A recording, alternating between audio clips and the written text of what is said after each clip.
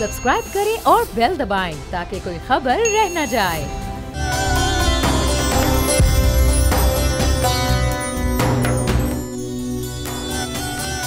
बिस्मिल्लाहिर्रहमानिर्रहीम। अस्सलाम वालेकुम पाकिस्तान और बहुत बहुत मुबारक हो। आपको मुबारक हो। तलहा, कैसे हैं आप? मैं बिल्कुल ठीक हूँ, लेकिन पाकिस्तान के अवाम काफी परेशान है वर्दा कि होने क्या जा रहा है। इमरान खान का खिताब, सदमे की लहर भी दौड़ गई है कल के बाद से जब सुप्रीम कोर्ट का फैसला आया है और इमरान खान दोबारा वजीर आजम पाकिस्तान बन गए हैं एक दिन के लिए, और फिर आने वाले कल पे उनके लिए फिर वोट ऑफ नो कॉन्फिडेंस का सामना है। सियासी हलचल उरूज पे है। सुप्रीम कोर्ट के फैसले के बाद हम एक बार फिर उसी जगह आ खड़े हो गए हैं जहां कहानी शुरू हुई थी, जब वजीर आजम इमरान खान के खिलाफ तहरीक अदम एतमाद पर वोटिंग होनी थी। लेकिन अब ये वोटिंग कल होगी। सुप्रीम कोर्ट के फैसले के बाद हालात वही दोबारा पहुंच चुके हैं। मुमकिन तौर पर कल असेंबली इजलास में वजीर आजम इमरान खान के खिलाफ तहरीक अदम एतमाद पर वोटिंग की जाएगी और नंबर गेम यही बता रहा है कि फिर से ऑपोजिशन जीत जाएगी। बट हू नोस, खान साहब फिर से क्या पता कोई सरप्राइज दे दें। जी हाँ, हम कुछ नहीं कह सकते इस बारे में, लेकिन हाँ उम्मीद कर सकते हैं कि जो भी हो हमारे मुल्क में बेहतर, मुल्क के लिए बेहतर हो। लेकिन इस बारे में बात करेंगे हम अपने शो में, लेकिन इस पर नजर डालते हैं आज की एक बड़ी खबर पर।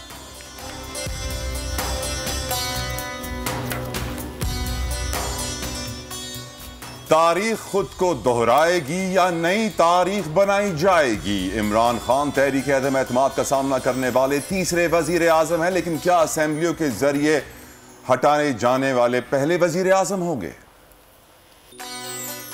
सुप्रीम कोर्ट का फैसला आते ही डॉलर कंट्रोल में आ गया। एक दिन में डॉलर की कदर में 3 रुपए 50 पैसे से कमी आई, 185 रुपए से भी नीचे आ गया।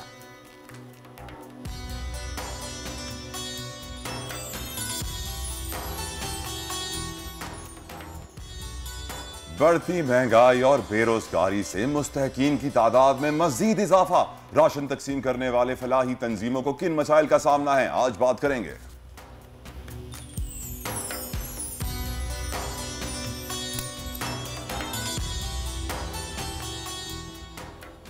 और पाकिस्तान से पैदल हज के लिए सऊदी अरब जाने की ख्वाहिश। ओकाड़ा के नौजवान ने कमर कस ली, अगले साल सफर का आगाज करेंगे।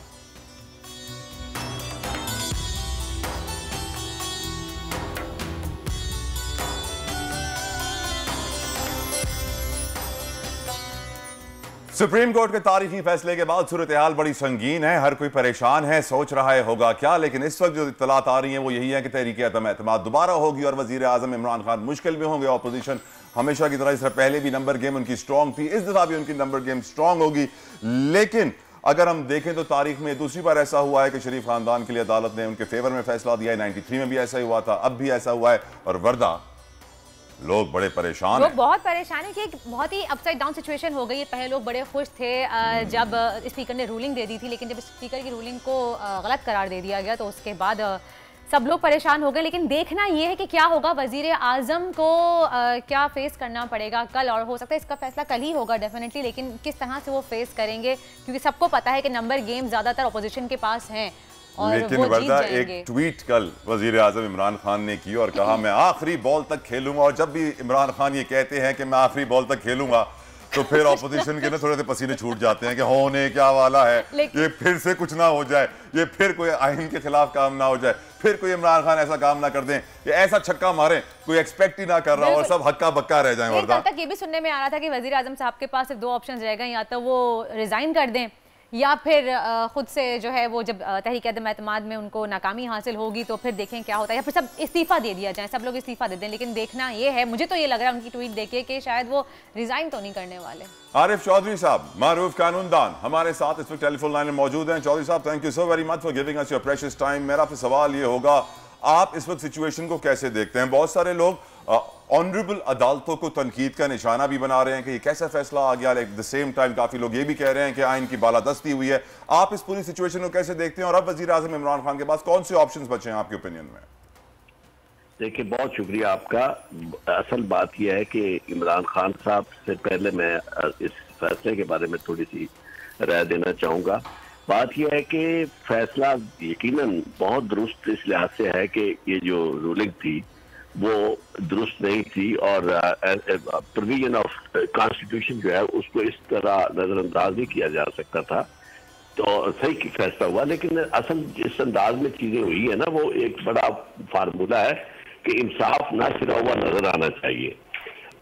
अब एक तो हमारे यहाँ बदकिस्मती ये हो गई है कि इतनी ज्यादा ऑब्जर्वेशन आ जाती है कि उससे तवक्कुआत लोगों ने बहुत लगा दी है। खासतौर पे दो चीजें जो हुई इसमें, एक तो ये था कि ज्यादा जोर इलेक्शन की तरफ था कोर्ट का, और दरमियान में जो ऑब्जर्वेशन थी चीफ जस्टिस साहब की भी कि हम अगर दूसरी असेंबली को बहाल कर देते हैं तो सड़कों पर ये एहतजाज होगा, और इसी तरह हम गैर मुस्तहकम हुकूमत नहीं बनाना चाहते, और फिर उसके बाद इलेक्ट कर लेना, और फिर उसके बाद फिर कोई हाँ एक और दो बातें जो थी, जो सामने बुलाया रोस्टम पर शहबाज शरीफ साहब को, तो तवक्को तो ये की जा रही थी कि उनसे इस तरह की कोई डिस्कशन होती, उन्हें पूछा जाता ऑप्शन के जी आप बता, जब उनसे ये सवाल किए गए कि ये तादाद थी आपकी पार्टी में अमरान की, तो मतलब उससे तासुर ये मिल रहा था कि भी हम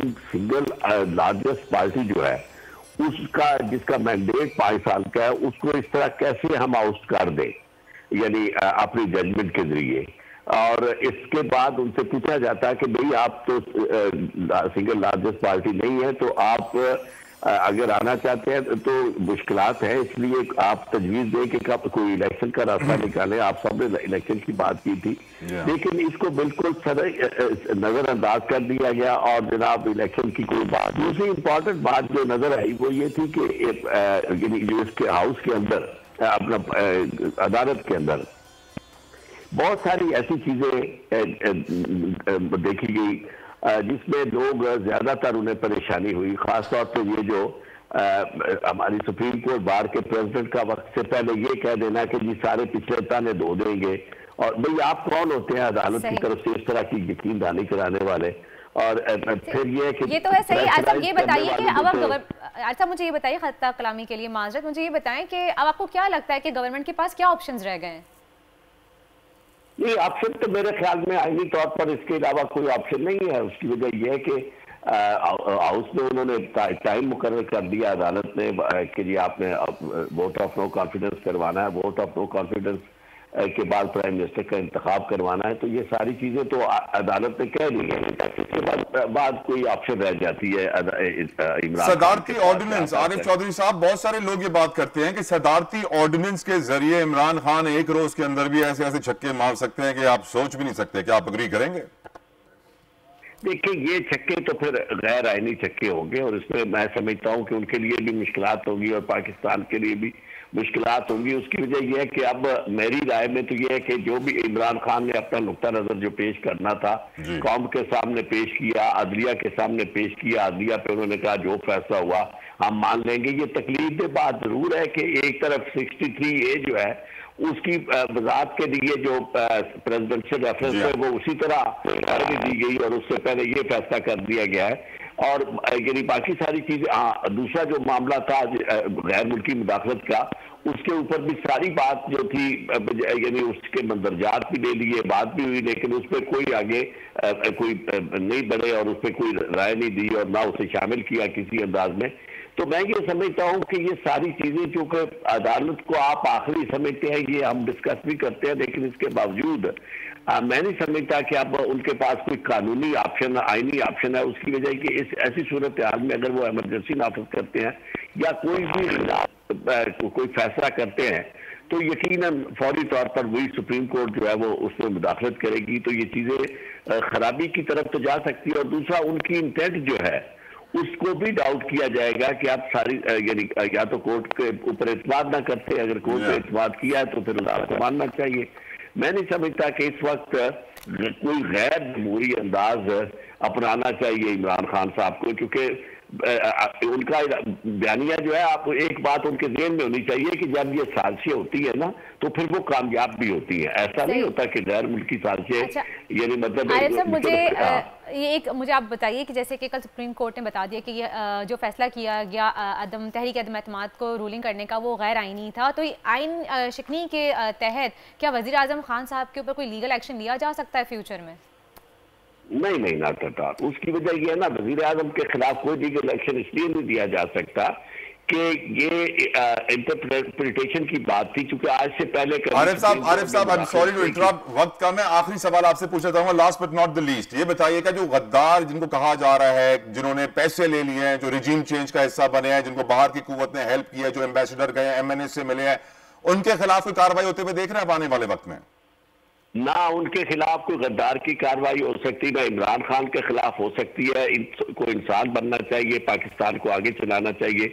ये लफ्ज गद्दार जो है, ये बहुत ही ऐसा लफ्ज है जो मैं समझता हूँ कि जिसको नहीं होना चाहिए शामिल किसी की जुबान पर भी, और ना ही इस तरह की कोई बात है जिसमें गद्दारी का मुकदमा किसी के खिलाफ चल सके। लेकिन सर, आप बहुत बहुत शुक्रिया आरिफ चौधरी साहब, अपना कीमती वक्त दिया। लेकिन कैबिनेट ने एक जुडिशल कमीशन तश्कील किया है ताकि इसके ऊपर तमाम तर तहकीकात हो सकें, इस खत के हवाले से कि किस तरीके से अमरीका रिजीम चेंज करना चाहता है पाकिस्तान में। अमरीकी एम्बेसडर और उनके हुकाम ने पाकिस्तान के मुनहरिफ जो अरकान थे, जो एमएनए थे, उनसे मुलाकातें की, कितनी बात हुई, क्या पेमेंट हुई, क्योंकि यकीनन बातें तो बहुत हो रही हैं, और अगर ये हकीकत है और यही सच है तो सजा भी होनी चाहिए, क्योंकि ये फिर मुल्क के गद्दार तो बनते हैं। अगर कोई बैरूनी ताकत से हाथ मिला के मुल्क के अंदर हुकूमत का तख्ता उलट दे और पैसे लेकर ये काम करे, ना के मुल्क की मफाद के लिए, तो यकीनन उनके खिलाफ कानून को हरकत में कार्रवाई लेनी चाहिए, ताकि किसी की दोबारा हिम्मत ना हो कि हमारे मुल्क में मुदाखलत की जा सके। ये बात तो हकीकत ही जाहिर हुई भी है कि गैर मुल्की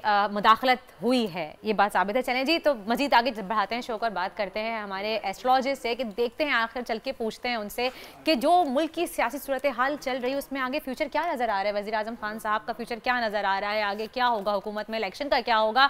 हमारे साथ मौजूद हैं एस्ट्रोलॉजिस्ट कनान चौधरी, आइए बात करते हैं उनसे। अस्सलाम वालेकुम कनान। जी वालेकुम सलाम, कैसे हैं कनान भाई? अल्हम्दुलिल्लाह बिल्कुल ठीक ठाक, और देखने वालों को भी अस्सलाम वालेकुम। वालेकुम अस्सलाम। जी बताइए कनान भाई, क्या कहते हैं, खान साहब का फ्यूचर क्या नजर आ रहा है आपको, इमरान खान साहब का? देखें जी, खान साहब की अगर फ्यूचर की मैं बात करूं तो खान साहब जब प्राइम मिनिस्टर बन रहे थे तो हमारे बहुत सारे एस्ट्रोलॉजर्स ने प्रेडिक्ट किया था कि खान साहब प्राइम मिनिस्टर नहीं बन सकते, उनकी कुंडली में योग नहीं है वगैरह वगैरह। अल्हम्दुलिल्लाह वो बने। फिर सब हर 3 महीने बाद हुकूमत गिरा रहे थे, वो हमारे एस्ट्रोलॉजर्स भी थे, वो कुछ एनालिस्ट भी थे, लेकिन मैंने कहा था कि वो जब तक असम्बलियाँ खुद डिसॉल्व नहीं करेंगे, अनटिल अनलेस वो प्राइम मिनिस्टर ऑफ पाकिस्तान रहेंगे। और ये भी मैंने लीस्ट कंडीशन बताई थी अपनी कैलकुलेशन के अकॉर्डिंग।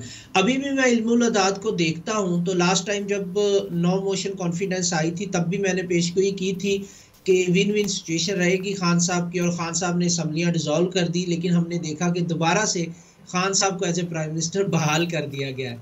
अब अगर आज की कैलकुलेशन मैं करूं या फिर 9 तारीख की कैलकुलेशन करता हूं, तो बिलीव मी जो न्यूमरोलॉजी कैलकुलेशन है इल्मुल अदाद के मुताबिक जो नंबर्स हैं अगेन खान साहब को फेवर कर रहे हैं। तो मैं यही पेशगोई कर सकता हूँ इल्मुल अदाद को सामने रखते हुए कि अच्छा, कनान भाई, यानी कि आपका कहने का मतलब है कि वज़ीर आज़म साहब कहीं नहीं जाए। और आपको याद होगा पिछले 2-3 महीना पहले जब मेरी आपकी मुलाकात हुई थी, हम लोग बैठे हुए थे ऐसे ही एक ऑफिस में, तो आपने कहा था कि खान साहब की हुकूमत रहेगी और अगले 5 साल भी नहीं के होंगे, अगर आपको याद हो तो।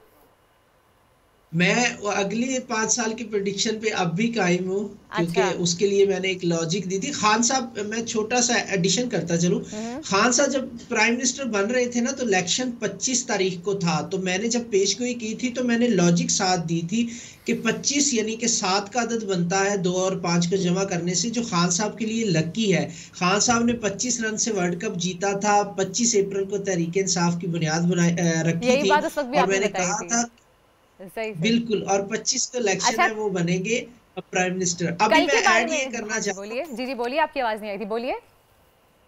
2023 को अगर हम जमा करते हैं ना तो 2 + 0 + 2 + 3 इसका अदद भी 7 बनता है, तो नेक्स्ट इलेक्शन में खान साहब जीतेंगे। अब आते हैं जी इस कंडीशन पर, तो इसकी अगर मैं बात करूं तो इसमें देखें नंबर्स जो है वो खान साहब को फेवर दे रहे हैं। अगर मैं आज की बात करूं या इवन फिर मैं अगर हम कल की बात करें, क्योंकि कल तहरीक-ए-एतमाद की वोटिंग होगी, तो कल के बारे में आपकी क्या प्रेडिक्शन है न्यूमरोलॉजी के लिहाज से? 9 तारीख है ना? देखिए कल बिल्कुल, कल मैं अगर कल की पेशगोई करूं इल्मुल अदाद के हवाले से, तो कल का जो अदद है वो 9 बनता है, और कल के जो अदाद शुमार है कल का अदद जमा करें तो 1 बनता है, 9 और 4 13 और 6 जो इस साल के हैं 19, 1 का अदद बनता है। तो खान साहब के लिए ये भी फेवरेबल कंडीशन है। अगर मैं न्यूमरोलॉजिकली इल्मुल अदाद के हवाले से बात करता हूँ तो कल मुझे खान साहब की विन विन सिचुएशन अगेन नज़र आ रही है। और वो जो खान साहब ने कहा है ना कि मैं सरप्राइज दूंगा, I think so that numerologically there is surprise. चलें, यानी कि हालात कुछ कह रहे हैं, जो दिखता हुआ हमें नज़र आ रहा है वो कुछ है, और आपकी जो पेश गोई है न्यूमरोलॉजी के लिहाज से वो बिल्कुल अलग है। तो आप अपनी बात पे कायम हैं। कल के बाद हो सकता है कल ही मैं आपको फिर दोबारा ऑन एयर लूंगी कनान भाई। बिल्कुल बिल्कुल, मैं हाजिर हूँ इंशाल्लाह, और मुझे उम्मीद है खान साहब के लिए विन विन सिचुएशन होगी। चलें जी, इंशाल्लाह देखते हैं। बहुत बहुत शुक्रिया कनान भाई आपका, थैंक यू सो मच। और कल देखें इंशाल्लाह जो सूरत हाल रही आपको जरूर ऑनलाइन साथ। थैंक यू सो मच जी। आपने सुना तलहा? यस, सितारे बकौल उनके खान साहब के फेवर में हैं, लेकिन पर्सनली मैं सितारों का नहीं मानने वाला, इसलिए शायद मैं इनकी बातों को इतना वजन नहीं दूंगा। लेकिन वज़ीर आज़म इमरान खान हमेशा जो कहते हैं वो करते हैं। ये उन सियासतदानों में से नहीं है जो गीदड़ भपकियां जिन्हें हम कहते हैं कि जो कह दें और करें ना। तो अगर उन्होंने बोला है कि मैं आखिरी बॉल तक फाइट करूंगा, there is something up his sleeve that we don't know about. Exactly, जैसे कि सुनने में वही आया था कि सब लोग कह रहे हैं कि उनको रिजाइन कर देना चाहिए, लेकिन खान साहब अभी तक हैं डटे हुए कि वो रिजाइन नहीं करेंगे। करते हैं तो उन्हें कहते हैं रिजाइन क्यों कर दिया, और जब रिजाइन नहीं कर रहे तो कह रहे रिजाइन करेंगे। खैर आगे बढ़ते हैं, बोल बस की कुछ बात कर लेते हैं, सेगमेंट शामिल करते हैं बोल बस। और लंदन में मुकीम है चाहत फतेह अली खान नामी शख्स, जो आजकल सोशल मीडिया पर बड़े वायरल चल रहे हैं अपने निराले अंदाज की वजह से। चाहत अली खान ने अपने चाहने वालों को माह रमजान की मुबारकबाद नाते रसूल मकबूल सल्लल्लाहु ताला अलैहि वसल्लम पढ़कर पेश की है, और बड़ी वायरल हो रही है ये वीडियो। थोड़ा इनका मुज़क्का खेज अंदाज है, थोड़ा फनी है। आई टू आई याद आ गया मुझे तो इनको देखकर, यकीनन इनका हुलिया भी, बड़े बड़े बाल भी और अंदाज भी कुछ थोड़ा सा ह्यूमरस भी है, लेकिन दुनिया में बड़ा पसंद किया जा रहा है। चाहत फतेह अली खान और राहत फतेह अली खान जितने अच्छे तो नहीं है ये, बिल्कुल भी नहीं, लेकिन ये है कि एटलीस्ट उन्होंने कोशिश की। और देखिए जब आप सल्लम के बारगाह में बात करते हैं कि उनको आप कलाम पेश करें, तो उस वक्त ये देखा नहीं जाता कि आपकी आवाज़ कैसी, आप क्या करें। बस अगर दिल में मोहब्बत है, आशिक रसूल आप हैं, तो आप पढ़ देते हैं। नजरान आए अकीदत। और बेशक आपने बड़ी खूबसूरत बात की है। सिलसिला दुनिया बोल है में ये जारी रहेगा, आप कहीं मत जाइएगा, एक ब्रेक ले रहे हैं, देखते रहिए दुनिया बोल है।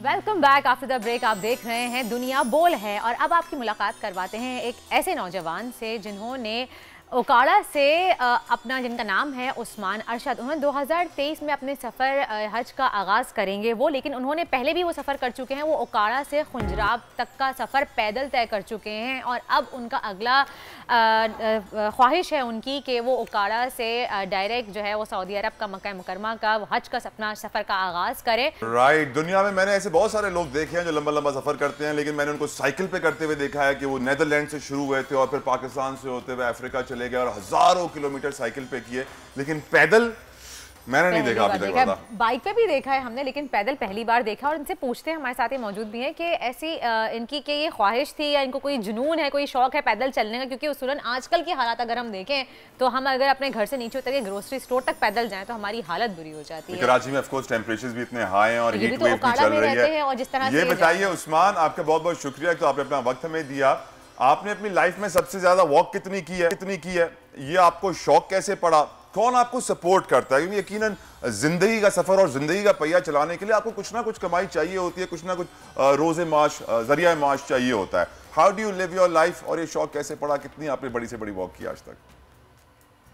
बहुत शुक्रिया, सबसे पहले आपने मुझे अपने प्रोग्राम में लिया। जहाँ तक स्पोर्ट की बात है तो मुझे मेरे अबू जी जो हैं वो सपोर्ट करते हैं, और अब तक जो सबसे ज़्यादा मैंने वॉक की है वो मेरा यही पैदल सफ़र है, जो कि मैंने ओकाड़ा से खुंजराब तक किया है, जो कि 1270 किलोमीटर बनता है।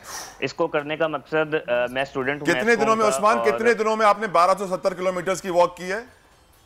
मैंने 34 दिन में ये मुकम्मल किया था। 34 डेज, राइट।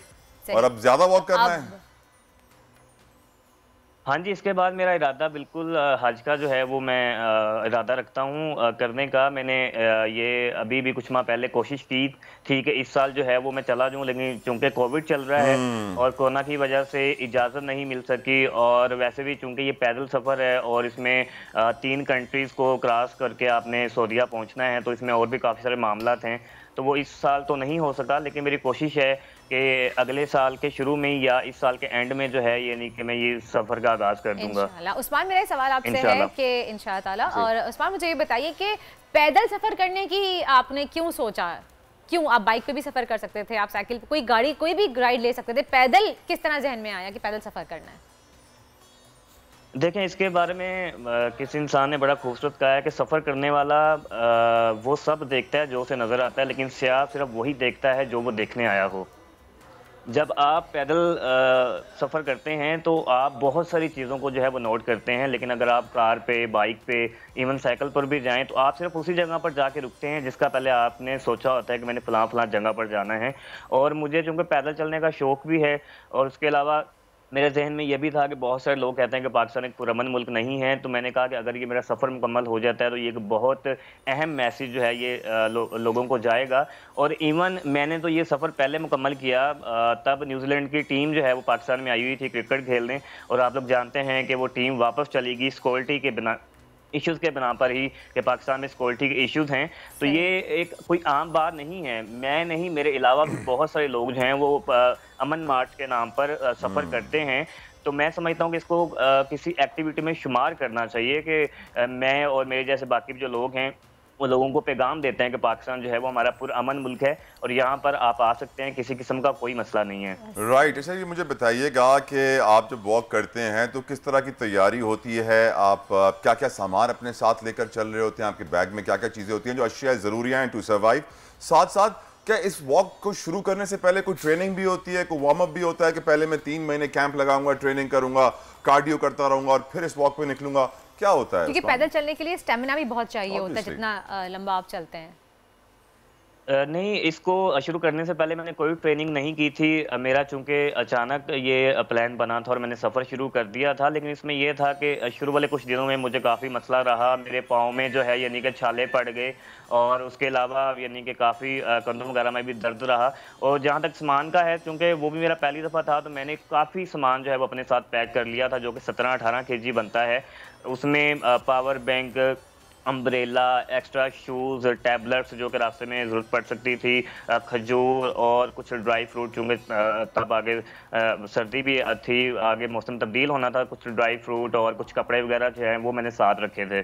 सही। अच्छा, मुझे ये बताइए कि आपने जैसे अपना फैसला किया है कि आप 3 ममालिक से गुजर के आप सऊदी अरब तक पहुँचेंगे, ईरान, इराक, तो आपको पता है वहाँ पे गर्मी की शिद्दत कितनी ज़्यादा होती है, तो उस चीज़ के लिए आप तैयार हैं? कैसे आप सरवाइव करेंगे इस गर्मी? और क्या तीनों मुल्कों का वीज़ा साथ लेके निकलेंगे या एंट्री पे वीज़ा लेंगे वहाँ पे पहुँचकर बॉर्डर पे? इसमें वीज़ा जो है वो बिल्कुल मैं साथ लेकर निकलूँगा। और इसमें मैं आपको बताता चलूँ, मैंने जिस पे मालूमात इकट्ठी की है वो ये है कि 2013 में बुरेवाला से कुछ लोग गए थे, वो निकले तो 15 लोग थे कराची से, लेकिन पहला जो बॉर्डर आता है ईरान का, उस बॉर्डर तक पहुँचते वो सिर्फ 3 लोग रह गए थे और फिर वो आगे 3 लोग ही पहुँचे थे। लेकिन उनके जो वीज़े के मैटर्स थे वो हमारी जो फॉरेन मिनिस्ट्री है उसने देखे थे। उसकी वजह ये है कि ये पैदल सफ़र है, आपने एक मुल्क में कई दिन जो है वो रहना है, उसमें आपको एक मुल्क क्रॉस करने में काफ़ी दिन लग जाते हैं। तो ये जो मैटर है, वीज़ों के मैटर्स जो हैं, यानी कि पैसे तो डेफिनेटली मैं वीज़ों के जो भी होंगे वो पे करूँगा, लेकिन ये मैटर जो है वीज़ों का ये फॉरेन मिनिस्ट्री देखेगी। वो फिर आगे यानी कि मुतलका जो बाकी तीनों ममालिक की, 4 ममालिक की फॉरेन एम्बेसीज हैं उनको भी कहेगी जितना भी यानी कि हो सकता है हमारा बंदा आ रहा है, जो भी इसके साथ यानी कि आप इसको हेल्प आउट कर सकते हैं वो आप करेंगे। तो ये जो मामला है ये फॉरेन मिनिस्ट्री का है, ये मैंने पहले भी एक प्रोग्राम में कहा था और आपके प्रोग्राम के थ्रू भी मैं कहना चाहता हूँ। देखें, गवर्नमेंट जो भी होगी, मुझे नहीं पता कि जब मैंने निकलना है कौन सी गवर्नमेंट होगी कौन सी नहीं, लेकिन जो भी होगी वो डेफिनेटली मैं गवर्नमेंट से गुजारिश करूँगा कि वो वीज़ों के जो मैटर्स हैं वो हल मुझे करके दिए जाएँ, क्योंकि रास्ते में मेरे पास इतना टाइम नहीं होगा कि मैं वहाँ जाके वीज़े जो है वो लगवाता रहूँ, और वो यहाँ से ही मैं वीज़े लेके निकलूंगा। सही, लेके निकलना पड़ेगा। लास्ट क्वेश्चन उस्मान, आपने इससे पहले जो सबसे बड़ी वॉक की थी, आपने बताया उकाड़ा से खुंजराब को 1200 किलोमीटर के करीब को 30-40 डेज लगे थे, लेकिन सऊदी अरब हरमैन शरीफैन तक जाने के लिए तो कई माह लग जाएंगे। क्या आप कर पाएंगे? क्या आप फिजिकली इतने फिट हैं? मुझे तो आप बड़े कमजोर से लग रहे हैं, ऐसे लग रहा है खाना भी सही तरह नहीं खा रहे। नहीं, ऐसा कुछ नहीं है। मैं समझता हूँ कि जो इंसान 1270 किलोमीटर कर सकता है, जब मैंने ये सफ़र किया था बहुत ज़्यादा गर्मी थी। 27 जुलाई को मैंने शुरू किया था और 27 जुलाई को आप पंजाब की गर्मी को जानते ही हैं, बहुत ज़्यादा गर्मी थी। गर्मी का कोई मसला नहीं है, वो मैं समझता हूँ। हरमैन शरीफैन तक कितने किलोमीटर है उस्मान? तकरीबन ये कोई 6,500 किलोमीटर। वही ना, 1200 और 6,500 में बड़ा फर्क है भाई।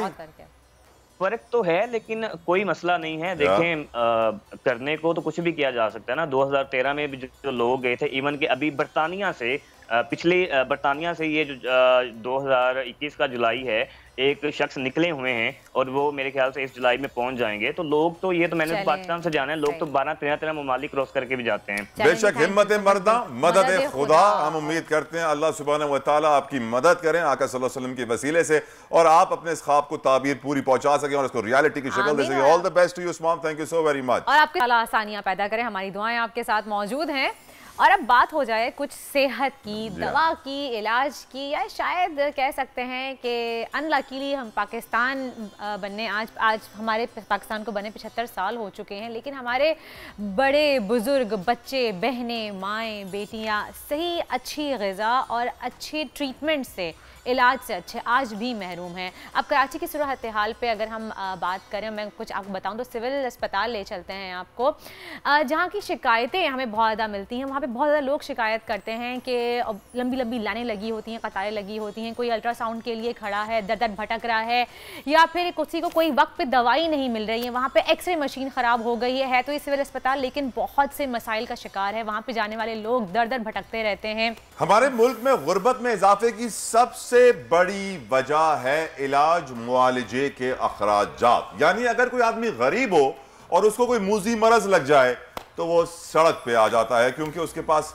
पैसे नहीं होते इलाज के लिए, और फिर अद्वियात इतनी महंगी, डॉक्टर्स की फीस इतनी महंगी। मरियम हमारे साथ मौजूद है, हमारी नुमाइंदा। मरियम, सिविल अस्पताल हम जानते हैं कराची में बना है, लेकिन ये सिर्फ कराची के मरीजों को केटर नहीं करता, पूरे सिंध से मरीज उठ के यहाँ पर आते हैं। बिस्तर अगर यहाँ पे 100 होंगे तो मरीज यहाँ पे 1-2 हज़ार होंगे। और हम जानते हैं कि जब भी आप सिविल अस्पताल के बाहर से गुजरो तो आपको नजर आता है कि कम से कम 300-400 तीमारदार वहां पर रोड साइड बैठे हुए होते हैं, टेंट लगा हुआ होता है जहां 50-50 रुपए के अंदर एक चारपाई मिल रही होती है रात गुजारने के लिए। क्या वजह है कि अरबाब इक्तदार और सिंध गवर्नमेंट और पाकिस्तान पीपल्स पार्टी नहीं चाहती कि इन अस्पतालों की हालत बेहतर हो? देखिए, बिल्कुल सिविल अस्पताल जो है इस वक्त न सिर्फ कराची बल्कि सिंध भर का सबसे बड़ा अस्पताल है, और इसका बजट भी तमाम अस्पतालों में सबसे ज्यादा है। तकरीबन 5 अरब से जायद जो है इसका बजट जो है वो बताया जाता है। अलबत्ता अगर अस्पताल में सहूलियात की बात की जाए तो सहूलियात ना होने के बराबर हैं। दवाओं की फराहमी जो है वो भी यहाँ पर मुमकिन नहीं बनाई जा रही है। पहले जो है वो मरीजों को वार्ड के अंदर जो है दवाएं मिल जाया करती थी, लेकिन अब वार्ड के अंदर भी जो है वो दवाएं नहीं मिल रही हैं। उसके साथ साथ ना ओपीडी में दवाएं फराहम की जा रही है। अगर बात की जाए कि अगर कोई मरीज इमरजेंसी में आ जाता है तो उसको भी दवाएं यहाँ पर दस्तयाब नहीं होती है। ट्रॉमा और एक्सीडेंट के मरीजों को जो है ट्रॉमा सेंटर की जो इमरजेंसी है वहां भेज दिया जाता है। बहुत बहुत शुक्रिया मरियम, बहुत बहुत शुक्रिया। यकीनन आपने बहुत बड़े इशू पर रोशनी डाली, और हकीकत तो यह है कि जब कोविड आया था, कोरोना आया था 2020 में, मैंने यहाँ के कुछ डॉक्टर्स का बड़ा इंटरव्यू किया था। वो डॉक्टर्स ये कह रहे थे कि हम खुद कॉन्ट्रैक्चुअल एम्प्लॉइज हैं, अगर हमें कोरोना हो गया तो मेरे अकाउंट में इतने पैसे नहीं है कि हम अपना इलाज करा सके। So sad. अल्लाह करे कि पाकिस्तान पीपल्स पार्टी जिस तरीके से असेंबली के अंदर एक्टिव है उस तरीके से सिंध में भी एक्टिव हो जाए, और सिंध की सेहत की जो सहूलियात हैं वो बेहतर हो। सिंध सबसे ज्यादा निगलेक्ट किया जाने वाला हमारा सूबा है, और जहाँ पे सब बात करते हैं, पंजाब की बात करें, सब जगह कुछ होता है, लेकिन सिंध को अनफॉर्चुनेटली बहुत ज्यादा अनदेखा किया जाता है। हमारी दुआ है कि जो भी हुकूमत बनती है, इतनी सारी बातें हो रही हैं, थोड़ी सी चीजों पर 15 साल गुजर गए पीपल्स पार्टी। खैर आगे बढ़ते हैं, चलते हैं अपने सेगमेंट के जानिब उतार चढ़ाव, और हम बढ़ेंगे मुदस्सिर इकबाल की जानिब।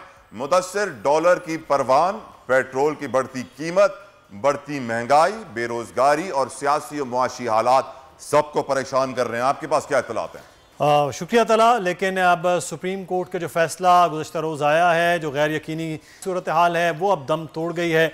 तो डॉलर की जो ऊंची उड़ान थी उसको रिवर्स गियर लगा है। स्टेट बैंक के मुताबिक इंटरबैंक में डॉलर 3 रुपये 50 पैसे सस्ता हुआ है, 185 रुपये से भी अब वो नीचे आ गया है। रुपए की कदर में बेहतरी के बाद इंटरबैंक डॉलर में 188 रुपये से कम होकर 184 रुपये में बंद हुआ है। माहिरीन के मुताबिक 5 हफ्ते के बाद रुपए के कदर में बेहतरी देखी गई। हम बात करेंगे, ये तो एक डॉलर के मामलात हैं जो शायद अनसर्टेनिटी की वजह से कुछ आगे पीछे हुए हैं, लेकिन माशी सूरत हाल अब क्या बनने जा रही है और क्या चैलेंजेस होंगे अगले आने वाली हुकूमत में। इस वक्त हमारे साथ मौजूद हैं हमारे माशियात डॉक्टर सलमान शाह साहब, साबिक वज़ीर ख़जाना भी रहे हैं। बहुत शुक्रिया शाह साहब आपके वक्त का। सर एक जानिब तो ये अनसर्टेनिटी ख़त्म हुई है तो डॉलर की प्राइस का मामला बेहतर हो गए हैं, लेकिन असल इशू है अब अगले आने वाले वक्त में एक तो IMF के साथ मामला रुके हुए हैं, पोस्टपोन हो गए हैं, दूसरा जो आने वाली हुकूमत है उसके लिए कितने बड़े चैलेंजेस होंगे इस तमाम चीज़ों से निपटना। देखिए 2-3 पॉइंट्स बड़े इम्पोर्टेंट हैं आपकी डिस्कशन में। एक तो आपने बात की कि अनसर्टेनिटी कम हुई है because of the supreme court decision. I think एक वो इम्पोर्टेंट पहलू है अनसर्टेनिटी का। लेकिन आई थिंक कि कल जो स्टेट बैंक की मॉनेटरी पॉलिसी आई है जिसमें उन्होंने 250 बेसिस पॉइंट्स इजाफा किया इंटरेस्ट रेट्स में, और ये बेसिकली इसका मतलब है कि रुपए की जो वैल्यू है, रुपए को आपने एक किस्म की इम्प्रूवमेंट करने के लिए किया है कि रुपया अट्रैक्टिव बने, तो उसका एक इम्पैक्ट डेफिनेटली है। दूसरा इम्पैक्ट उसका ये है कि इसकी वजह से इकॉनमी स्लो डाउन होगी, क्योंकि इस वक्त आपकी इकॉनमी 5.5-4 से 5.5% के दरमियान जो डिफरेंट रेट्स बताए जा रहे हैं उसकी वजह से करंट अकाउंट डेफिसिट बहुत बड़ा हुआ है।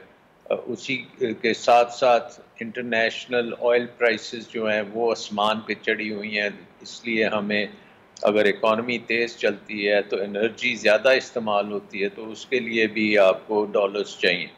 तो ये एक्सचेंज रेट का ये जो इंटरेस्ट रेट्स का पॉलिसी रेट को बढ़ाया गया है, इससे एक तो इंडिकेशन ये है कि इकॉनमी को स्टेट बैंक स्लो डाउन करना चाहता है ताकि ये एक्सटर्नल बैलेंसेस जो हैं ये थोड़े से इनबैलेंस आ जाएं, इम्बैलेंस नहीं होना चाहिए। सो आई थिंक एक तो वो इम्पैक्ट है। दूसरा इम्पैक्ट ये डेफिनेटली पॉलिटिकल अनसर्टेनिटी का है। इंस्टेबिलिटी, जो पॉलिटिकल इंस्टेबिलिटी हम देख रहे हैं जब से ये वोट ऑफ नो कॉन्फिडेंस आया है, उस वक्त ये एकदम अनसर्टेनिटी बहुत ज़्यादा हो गई है, और उस अनसर्टेनिटी की वजह से आपकी पूरी इकोनॉमिक जो है फाइनेंस और इन्वेस्टमेंट, IMF प्रोग्राम, ये सारे के सारे एक किस्म के डीरेल हो गए। उसके बाद जो सुप्रीम कोर्ट की जजमेंट आई है उससे थोड़ी सी अनसर्टेनिटी कम हुई है, लेकिन एलिमिनेट नहीं हुई।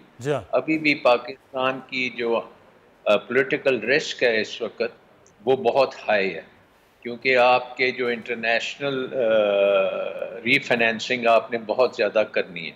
आपके लोन्स जो हैं, क्योंकि आपके मुल्क के ऊपर बैरून मुल्क कर्ज़ों का एक पहाड़ है और तकरीबन उसमें 10 से 15 अरब डॉलर के कर्ज़े रीफाइनेंस हर साल होने पड़ेंगे। इसलिए जब तक एक पूरी गवर्नमेंट नहीं बनती, स्टेबल गवर्नमेंट नहीं बनती, तब तक ये स्टेबिलिटी भी उस तरह से नहीं आ सकती। अच्छा सलमान शाह साहब, आप भी गवर्नमेंट के साथ जो है वो फाइनेंशियल मामलात में रहे हैं। सर एक बड़ा कॉमन सा सवाल हो रहा है कि जो गवर्नमेंट ने कुछ प्रोग्राम्स प्लान्स किए थे जो चल भी रहे थे, जिसमें मुख्तलिफ बैंकों के साथ कर्ज़ों के मामलात हैं, क्या वो चलते रहेंगे? क्या उनका क्या मुस्तकबिल होगा अगली गवर्नमेंट अगर चेंज हो जाती, इमरान खान साहब की गवर्नमेंट नहीं रहती? देखें, एक तो ये है कि स्टेट बैंक में कंटिन्यूटी बहुत इम्पोर्टेंट है, और स्टेट बैंक की जो पॉलिसीज़ आई हैं, जो हमने पार्लियामेंट से भी अप्रूव कराई हैं, ऑटोनॉमी स्टेट बैंक की है, उस सारी चीज़ों को आगे कंटिन्यू करना बहुत ज़रूरी है। दूसरी बात यह है कि IMF का जो प्रोग्राम है इसको डीरेल होने से बचाना बहुत ज़रूरी है। इसलिए ये मॉनेटरी पॉलिसी की जो आप स्टेटमेंट आई है उसने एक किस्म का कैचअप किया है जो आपके IMF प्रोग्राम के डिफरेंट परफॉर्मेंस क्राइटेरियाज के लिए पॉलिसीज़ करनी थी उनकी तरफ। सो आई थिंक एक वो पॉजिटिव चीज़ है। आपको इमीडिएटली अगर जो भी हुकूमत आती है, अगर कोई पॉलिटिकल गवर्नमेंट आती है तो उसके लिए ज़रा मुश्किल काम होगा, इसलिए कि बहुत मुश्किल डिसीजंस करनी पड़ेंगी। मसलन ये 250 बेसिस पॉइंट्स ऊपर जब किया है तो पॉलिटिकल गवर्नमेंट के लिए ये बड़ा मुश्किल काम है करना। कल को जब आप एनर्जी प्राइसेस को ठीक करेंगे और पेट्रोल की कीमत जो है 200-250 रुपये लीटर पे जाएगी, तो वो पॉलिटिकल गवर्नमेंट के लिए करना बहुत मुश्किल काम होगा। सो इसके लिए भी आपको यूनैनिमिटी चाहिए। आपको इसके लिए तमाम पॉलिटिकल पार्टीज़ इस पे इत्तेफाक करें कि जी ये एनर्जी प्राइसेस जो हैं इनको हमने इंक्रीज़ करना पड़ेगा अकॉर्डिंग टू जो भी आपकी एग्रीमेंट्स हैं और कॉन्ट्रैक्चुअल अरेंजमेंट्स हैं। तो ये सारे मुश्किल काम जो हैं ये अब पार्लियामेंट में होंगे, या अगर पार्लियामेंट डिसॉल्व होती है और एक केयर टेकर गवर्नमेंट आती है तो फिर ये केयर टेकर गवर्नमेंट कर सकती है, और ये केयर टेकर गवर्नमेंट को भी एम्पावर करना पड़ेगा। ये नहीं है कि केयर टेकर गवर्नमेंट आप बनाएं सिर्फ इलेक्शंस के लिए। केयर टेकर गवर्नमेंट को आपको एम्पावर करना पड़ेगा और तमाम पॉलिटिकल पार्टीज को उसको एंडोर्स करना पड़ेगा कि वो जितने भी IMF के साथ नेगोशिएशंस करने की ज़रूरत है वो भी करेंगे, और जो IMF प्रोग्राम को ऑन ट्रैक रखने के लिए काम कुछ करने इश्यूज में कॉन्टिन्यूटी को भी बरकरार रखना बहुत ज़रूरी है, और जो गवर्नमेंट आ रही है उसके लिए बहरहाल बहुत बड़े चैलेंजेस भी। बहुत शुक्रिया डॉक्टर सलमान शाह साहब आपके वक्त का। मामला ये है कि अब इतना मामला आसान और सादा नहीं लग रहा कि कोई हुकूमत चेंज हो जाएगी तो पेट्रोल शायद वो 150 से वो 60 रुपये में आ जाएगा, या बाकी जो डॉलर है वो वापस 100 रुपये पे आ जाएगा। ये अब इंटरनेशनल मार्केट के साथ साथ इसको ऐसे ही चलता नज़र आना है। जी तला मुदस्सिर, डॉलर चंद रुपए कम हुआ तो क्या हुआ, पेट्रोलियम मसनूआत की कीमतों में इजाफे की तजवीज़ सामने आ रही है, और वो भी कोई 50 रुपए के करीब। मेरी तो हवाइयाँ ही गुल हो गई। अगर पेट्रोल 50 रुपए बढ़ गया, अवाम का क्या हाल होगा, मुल्क का क्या हाल होगा। मैं अब सिर्फ यही दुआ कर रहा हूँ कि या अल्लाह पाकिस्तान को श्रीलंका जैसे हालात से बचा, क्योंकि जिस राह पर हम जा रहे हैं लग ये रहा है जिन्होंने रजीम चेंज किया है मुदस्सिर, वो पाकिस्तान की मईशत को भी डिफॉल्ट कराना चाहते हैं ताकि वो अपने मजीद टारगेट्स, अपने मजीद मुतालबात मनवा सकें। यकीनन हालात बड़े खतरनाक है मुआशी तौर पर। बहुत बहुत शुक्रिया आपका मुदस्सिर, आप हमारे चढ़ाव में बिजनेस की सूरत हाल से अपडेट कर रहे थे। मेरे साथ एक बड़े प्यारे से अमीर शुएब साहब नाथ खां भी मौजूद हैं। प्रोग्राम में आगे चल के हम बात करेंगे तारीख इस्लाम की, लेकिन यहाँ वक्त हुआ एक ब्रेक, और ब्रेक के बाद होगा डालडा का दस्तरखान। तो कहीं मत जाएगा, देखते रहिए दुनिया बोल है।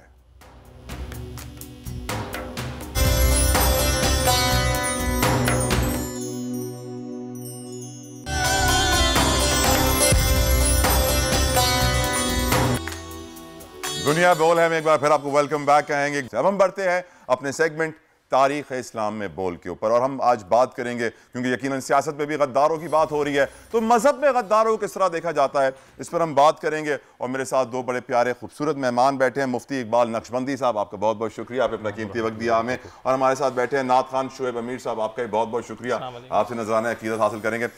मुफ्ती साहब, आपकी इजाज़त से मैं अगर ग़ज़वा खंदक का एक किस्सा बयान करना चाहूँगा।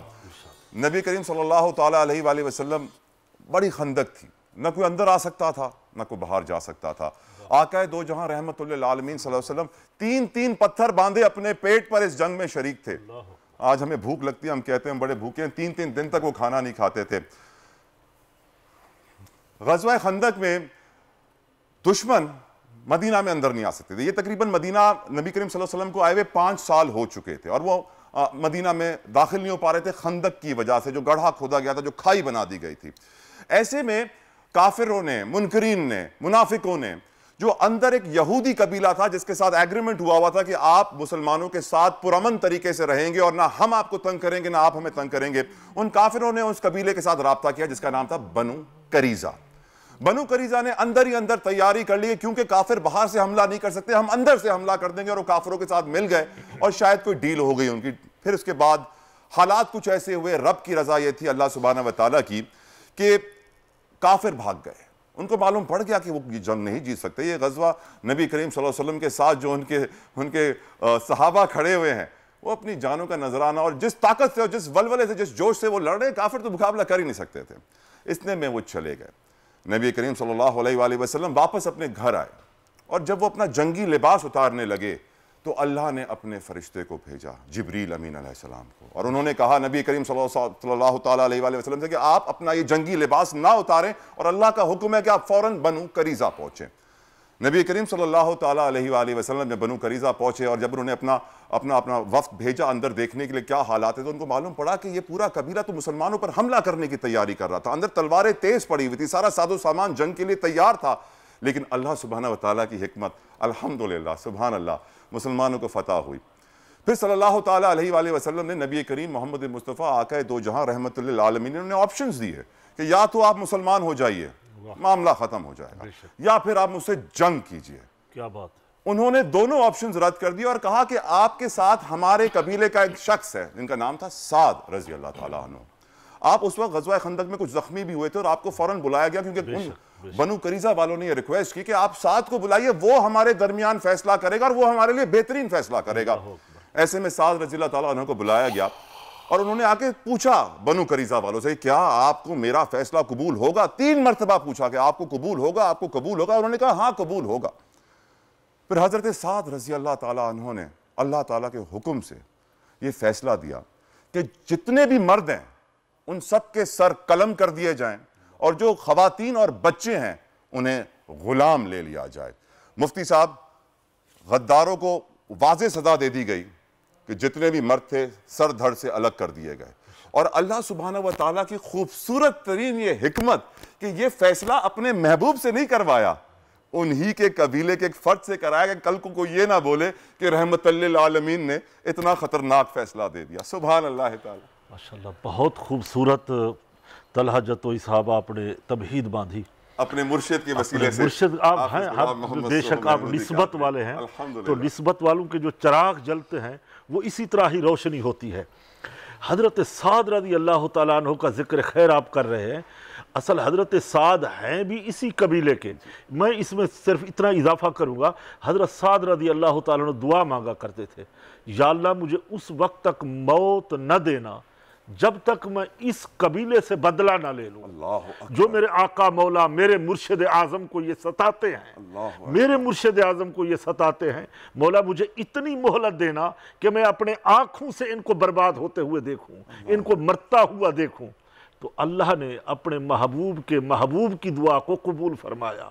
व माकरू व माकर अल्लाह वल्लाहु खैरुल माकिरीन। ये कुफार मकर करते हैं, अल्लाह तदबीरें बनाता है और उसकी तदबीरें जो हैं वो बड़ी हिकमत वाली होती हैं और उसके हुक्म बड़े गालिब होते हैं। तो वही होना था कि जो अल्लाह चाहता था, उनके चाहने से कुछ नहीं होता था। तो हज़रत साद रज़ी अल्लाह ताला अन्हु ने आगे बढ़े, रहमतुल्लिल आलमीन अगर जाते तो एक इल्ज़ाम आता, आप तो सरापा रहमतुल्लिल आलमीन है, तो रहमत का मानी ये रहमत क्यों बन के आए?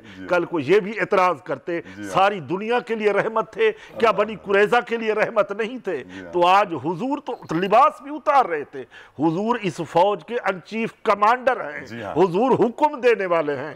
सरकार दो आलम सल्लल्लाहु अलैहि वसल्लम को जिब्रील कहते, या रसूलल्लाह लिबास नहीं उतारिए, हम भी उसी हालत में हैं जैसे ग़ज़वा खंदक में आपके साथ थे। हमने अपने लिबास नहीं बदले, हथियार नहीं रखे। जिब्रील तमाम मलाइका, हुजूर आप आगे बढ़ें, हजरत साद को भी लिया जाए। तो हजरत साद जब वहां पे पहुंचे तो उनकी गर्दनें काटी, उनकी औरतों को गुलाम बनाया, लौंडियाँ बनाया, उनके बच्चों को लिया। नबी करीम सल्लल्लाहु अलैहि वसल्लम को अल्लाह ने फतह दी और यकीनन फतह देता, इन्ना फतहना लक फतहम मुबीना लियगफिर लकल्लाहु मा तक़द्दमा मिन ज़ंबिका व मा तअख़्ख़रा।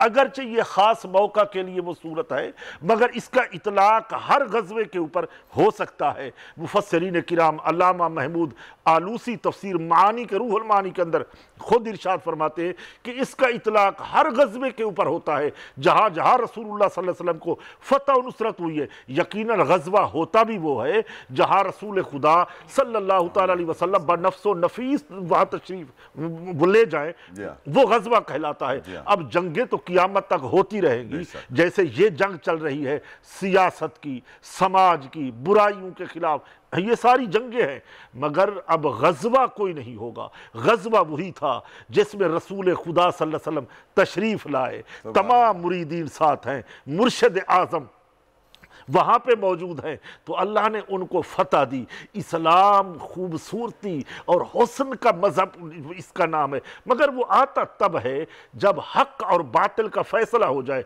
कुल जा अल हक़ व ज़हक़ल बातिल इन्नल बातिल कान ज़हूक़ा, कि जब हक़ आता है बातिल मिट जाता है, और यकीनन बातिल को मिटना होता है तो हुजूर रहमतुल्लिल आलमीन हक़ लेकर आए, बातिल को मिटाने आए। फिर अल्लाह फरमाता है वल्लज़ी जा बिस्सिद्क़ व सद्दक़ बिही उलाइका हुमुल मुत्तक़ून। मेरा रसूल तो वो है जो सच लेकर आया है, और जो इसके साथ वाला है अबू बकर सिद्दीक़ सच की तस्दीक करता है।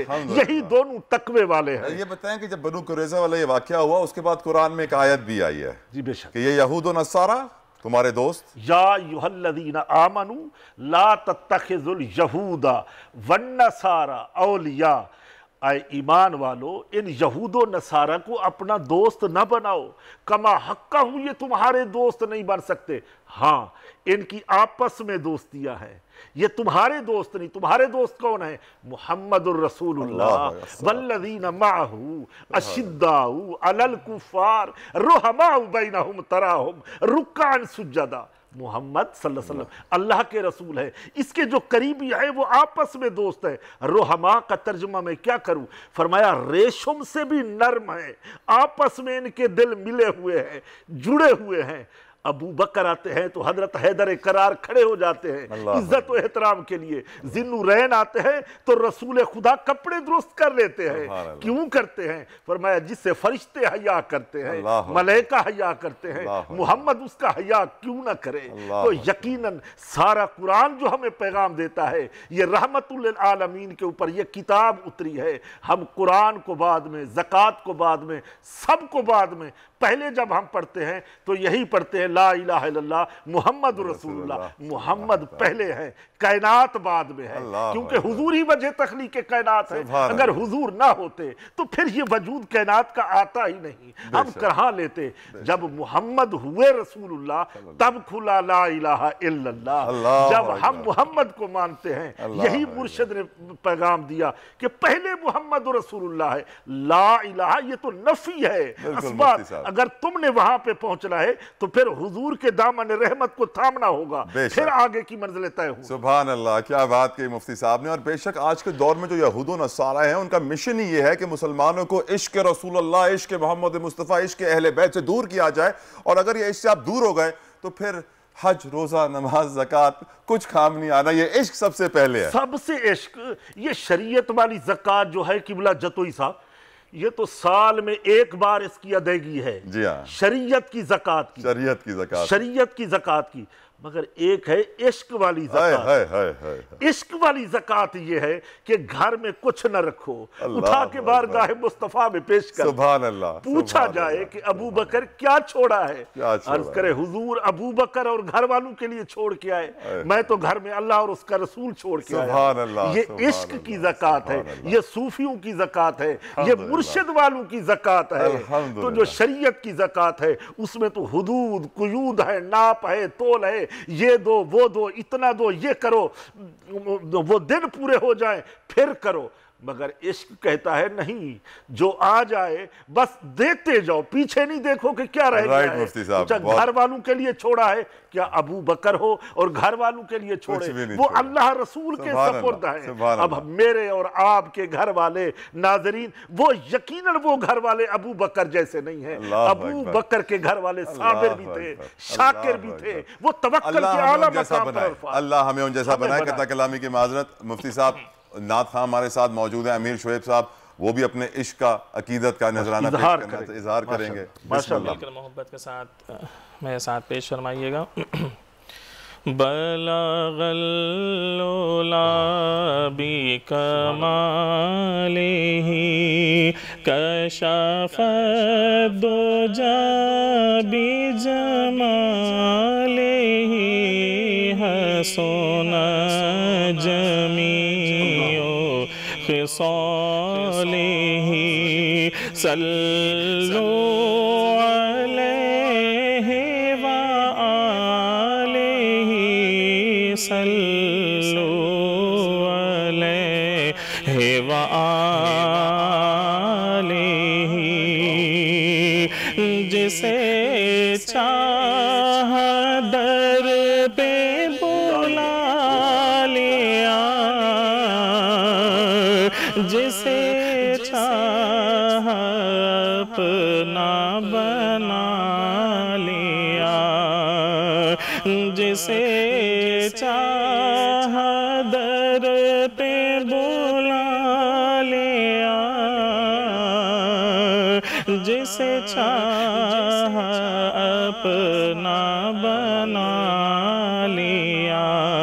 ये बड़े करम के हैं फैसले, ये बड़े नसीब की बात है भला गल्लोला भी कमाले वो खुदा नहीं बखुदा नहीं वो मगर खुदा से जुदा नहीं वो खुदा नहीं बखुदा नहीं वो मगर खुदा से जुदा नहीं वो है क्या मगर वो है क्या नहीं ये मुहिब हबीब की बात है भला गल्लोला भी कमाले कशफ दो जाबी जमाले हसो न जमीओ खिसाले सल्लु अलैहि व आलिहि सल्लु अलैहि व आलिहि मुझे जा से बढ़ के अजीज दिल मेरा दर्द दिल से अजीज तर मुझे जा से बढ़ के अजीज दिल मेरा दर्द दिल से अजीज तर है जो दर्द से भी अजीज तर वो मेरे तबीब की बात है सल्लु अलैहि व आलिहि।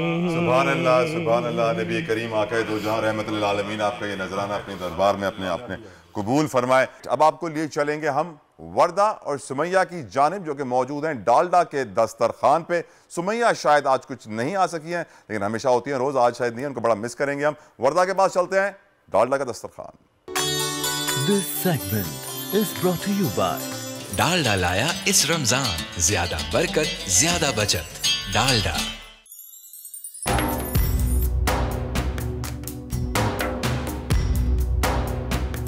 जी thank you Thala and welcome everyone to Dalda का दस्तरखान। और आप देख सकते हैं मेरे साथ आज मौजूद है हमारी बहुत ही प्यारी सी गेस्ट, माय न्यूट्रिशनिस्ट हैं डॉक्टर आयशा। अस्सलाम वालेकुम आयशा। वालेकुम सलाम। कैसी हैं आप? मैं बिल्कुल ठीक ठाक, आप सुनाइए। बिल्कुल ठीक। अच्छा जी, आज सुमैया हमारे साथ नहीं है तो कोई बात नहीं, आयशा हमारे साथ मौजूद है। आयशा मेरी बहुत अच्छी दोस्त भी हैं और काफ़ी अरसे हमने साथ काम भी किया है। तो हम जब नहीं थे यहाँ पे, आप लोग हम तला की तरफ थे, तो हमने गपशप भी की काफ़ी सारी और मैंने कुछ यहाँ पे एक मिक्सचर तैयार कर लिया। मैं आपको बताती चलूँ, आप देख सकते हैं, क्योंकि हमारे पास वो वाली कहानी होती है इस वक्त रमज़ानों में कि वक्त कम और मुकाबला सख्त होता है हमारे पास। तो सबसे पहले तो मैं रेसिपी बताऊँ आपको, आज हम बनाने जा रहे हैं bread pakora. Bread pakora basically ये हमारे पड़ोसी मुल्क से बहुत ज़्यादा फेमिलियर रेसिपी है, वहाँ पे बहुत ज़्यादा इन हुई थी, लेकिन हमने यहाँ पे उसको अपने हिसाब से टर्न एंड ट्विस्ट करके बनाया है। बहुत मज़े की बनती है, एक डिफरेंट पकोड़े की वेरिएशन होती है। रेसिपी कार्ड आप देख सकते हैं, स्क्रीन पे आपको नज़र भी आ रहा होगा, आप नोट डाउन कर लीजिए। अच्छा, सबसे पहले मैं आपको बता दूँ इसके मिक्सचर बनाने के लिए मैंने क्या इस्तेमाल किया है। इसके मिक्सचर के लिए मैंने इसमें लिया 1 टेबलस्पून डालडा का पॉमेज ऑलिव ऑयल और साथ ही फिर मैंने इसमें ऐड किया मक्खन। मक्खन के साथ मैंने पॉमेज ऑयल इस वजह से ऐड किया ताकि मक्खन जले ना। जब ऑयल और मक्खन गरम हो गया डालडा का, तो उसके बाद फिर मैंने इसमें ऐड किया फ्रेशली चॉप्ड गार्लिक, वो ऐड किया मैंने, उसको थोड़ा सौते किया। उसके बाद मैंने एक बहुत बारीक प्याज थी मेरे पास, वो मैंने इसमें ऐड की, उसको हल्का सा लाइट ट्रांसलूसेंट सा किया। ट्रांसलूसेंट करने के बाद इससे मैंने चिकन का कीमा मेरे पास था यहाँ पे आधा 300 ग्राम, वो मैंने इसमें ऐड किया, उसको भून लिया। चिकन ने जब पानी छोड़ दिया, उसका पानी खुश्क हो गया। उसके बाद हमने इसमें ऐड की नमक, कुटी हुई लाल मिर्च, फ्रेश अगर पार्सले आपके पास है तो ठीक है, वरना आप ड्राइड पार्सले भी यूज़ कर सकते हैं। उसके बाद मैंने इसमें ऐड किया चिकन स्टॉक, आप चिकन पाउडर भी यूज़ कर सकते हैं। उसको ऐड करने के बाद इसमें आप मिला दीजिए क्रीम, स्टोव बंद कर दीजिए और इसको मिक्स करके रख दीजिए। तो इस तरह का मिक्सचर आपका रेडी हो जाएगा। और साथ ही से मैंने मशरूम्स को चॉप करके छोटा छोटा वो इसमें ऐड किया। अक्सर हम वेजीज बहुत ज़्यादा इस्तेमाल करते हैं, हम गाजर का इस्तेमाल करते हैं, हम कैप्सिकम का इस्तेमाल करते हैं, लेकिन इससे मैंने मशरूम चूज़ किया कि थोड़ा सा बहुत डिफरेंट वेरिएशन हो जाए। तो जब तक अच्छा, अब मैं यहाँ पे बना रही हूँ बेसन का बैटर जिसमें हम इसको डिप करेंगे। मीनवाइल मैं डालडा का ऑयल गरम पे लगा रही हूँ कि हम पकौड़े बना रहे हैं तो डेफिनेटली हम ऑयल को गरम करेंगे। आप मुझे बताइए आयशा कि न्यूट्रिशनिस्ट पॉइंट ऑफ व्यू से हम रमज़ान की जब बात करते हैं तो बहुत बदपरहेज़ी कर रहे होते हैं। अक्सर लोगों की तबीयत भी ख़राब होती है, जिनका कोलेस्ट्रॉल हाई रहता है वो कैसे कंट्रोल करें, जिनका ब्लड प्रेशर का मसला है वो कैसे कंट्रोल करें, अपनी डाइट पे क्या क्या इस्तेमाल करें, किस तरह से अपनी चीज़ों को मैनेज करें, तो इस बारे में बताइए आप। अच्छा, इसमें यह है कि ऑब्वियसली रमज़ान है और पूरा साल हम जो है सब कुछ खा पी रहे होते हैं, लेकिन रमज़ान के रोज़े जो हैं हम सब पे फ़र्ज़ हैं और इसका इंतज़ार भी हमें रहता है और दस्तरखान जो है पूरी फैमिली के लिए बनता है। तो जिन लोगों का कोलेस्ट्रॉल ज़्यादा है या जो हाइपरटेंसिव है, जिनका ब्लड प्रेशर ज़्यादा है, तो वो पोर्शन कंट्रोल के ज़रिए अपने आप को मैनेज कर सकते हैं, उसमें कोई ऐसा मसला नहीं है। जिनका बीपी ज़्यादा रहता है या जो हाइपरटेंसिव पेशेंट्स हैं तो उनके लिए बस इतनी सी एहतियात है कि जो भी खाना उनका प्रिपेयर हो रहा हो तो उसमें जो नमक है उसको थोड़ा सा कम कर लिया जाए, या उनका जो पकौड़ा बने उसको अलहदा से प्रिपेयर कर लें और उनका जो बने पकौड़ा उसमें नमक को ना एडिशनल ऐड किया जाए, अदरवाइज कोई ऐसा इशू नहीं है। सही। और अगर सेहत का ख्याल आपको रखना है, क्वालिटी का ख्याल करना है तो आप डालडा कुकिंग ऑयल इस्तेमाल कीजिए। मैं यहाँ पे डालडा कुकिंग ऑयल इस्तेमाल कर रही हूँ क्योंकि डालडा अपनी क्वालिटी से बिल्कुल कॉम्प्रोमाइज़ नहीं करता है। और ये देखिए यहाँ पे हम पकौड़ा फ्राई करेंगे तो मैं डालडा कुकिंग ऑयल यूज़ कर रही हूँ और आप ये देख सकते हैं। अच्छा, वैसे रमज़ान में हम कहते हैं ना इबादत भी ज़्यादा होती है और तैयारी भी ज़्यादा होती है, एहतमाम भी ज़्यादा होता है, बचत भी ज़्यादा आप कर सकते हैं डालडा के थ्रू। और ये देखिए जितना ऑयल आपको चाहिए आप इसमें ऐड कीजिए और जैसे दैट। अच्छा, मैंने इससे पहले वाली रेसिपी जो थी मेरी, जो मिक्सचर मैंने बनाया था उसमें डालडा का पॉमेज ऑलिव ऑयल यूज़ किया था और डालडा का pomace olive oil directly fresh Spain से जो है वो मंगवाया जाता है और बहुत हेल्दी और अपने हाई स्मोकिंग पॉइंट की वजह से उसमें आप फ्राइंग और कुकिंग इजीली कर सकते हैं, वरना यूजुअली ऑलिव ऑयल में हम नहीं कर सकते। लेकिन स्मोक पॉइंट अगर ज़्यादा हो तो जितने भी उसके टॉक्सिन्स होते हैं आपकी सेहत जो होती है उससे महफूज रहती है। तो ये इस पॉइंट ऑफ व्यू से देखा जाए तो हेल्थ के इसके बेनिफिट्स बहुत ज़्यादा हैं। अच्छा, मुझे ये बताइएगा आयशा कि हम रमज़ानों में क्योंकि पानी का इंटेक बहुत कम हो रहा होता है नेचुरली, हम चाहें भी कि हम ज़्यादा पानी पे तो हम ज़्यादा पानी का इस्तेमाल नहीं कर पाते, इससे हमारी स्किन पे बहुत इफेक्ट आता है।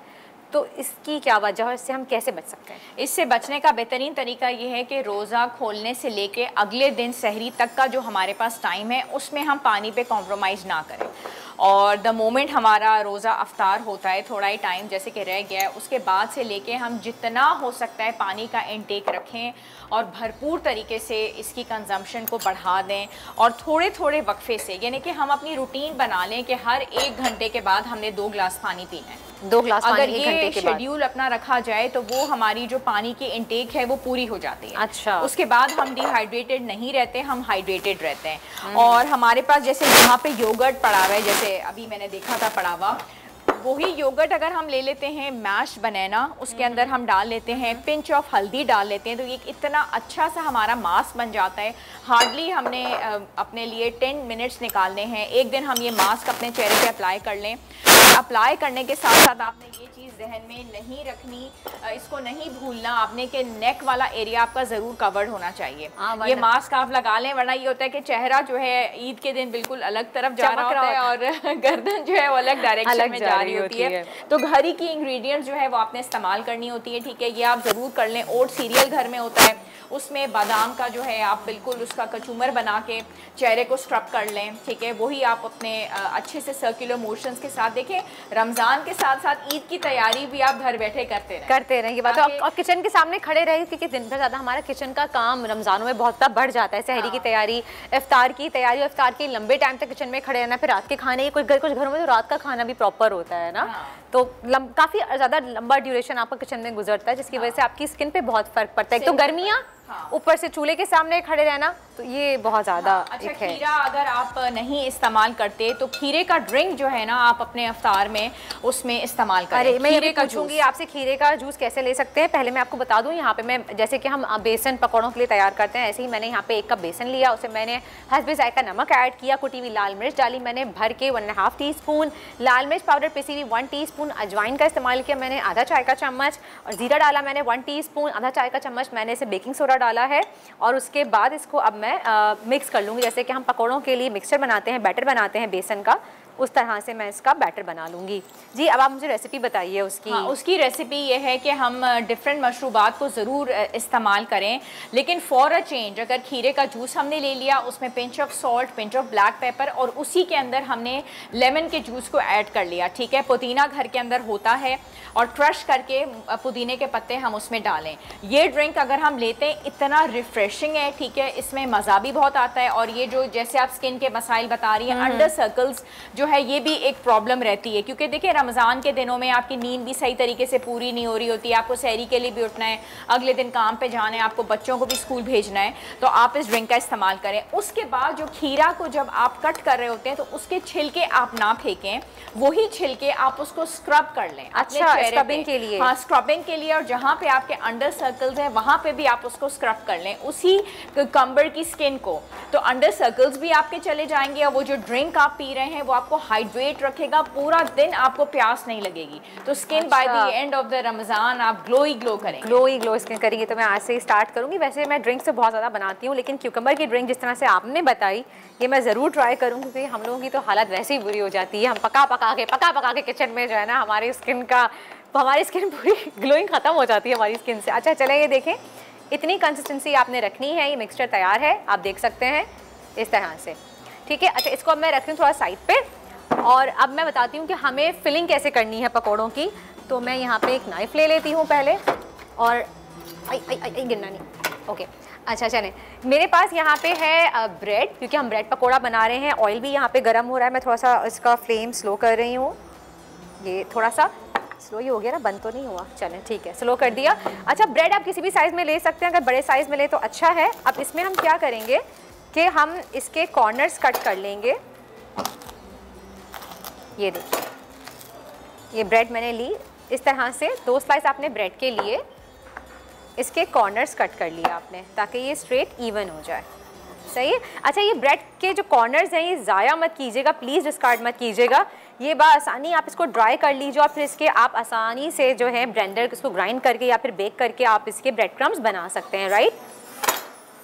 चलें जी, अच्छा ये देखिए इस तरह से इसको मैंने ओपन कर लिया। अच्छा, इट्स अप टू यू, अगर आपने छोटे साइज़ के बनाने हैं तो मैं यहाँ से इसको कट कर रही हूँ। मैंने ये छोटी ब्रेड ली है मीडियम, ताकि ईजीली खा ली जाए, वरना बड़े बड़े बहुत ज़्यादा ज़ाया भी हो जाते हैं, ठीक है जी। इस तरह से ही हमने दोनों ब्रेड बना ली। इसको मैंने ओपन कर दिया, यहाँ से थोड़ा सा पानी मैं इसमें निकाल लेती हूँ, इसको सील करने के लिए काम आएगा, क्योंकि हमें इसको सील करना है, ठीक है। अच्छा जी, इसको वहाँ पे रख देंगी प्लीज़, थैंक यू। अच्छा, मैं यहाँ पे ग्लव्स का इस्तेमाल कर रही हूँ थोड़ा सा। चलें, ये देखिए ये मिक्सचर जो मैंने बनाया था ये ठंडा हो गया है। अब ये मिक्सचर मैं इस बोल में ट्रांसफ़र कर रही हूँ थोड़ा सा, ताकि मेरे लिए ईजी हो जाए वहाँ पे मिक्स करना। ये देखिए, ये मिक्सचर इस तरह से अब हमने फिल करना है इस ब्रेड में, सेंटर में। ये देखिए इस तरह से, इस साइड पे भी हमें थोड़ा सा फिल कर दिया, ज़्यादा बहुत ज़्यादा नहीं करना आपने। आयशा मुझे स्पून पास करेंगी पीछे से, छोटा वाला,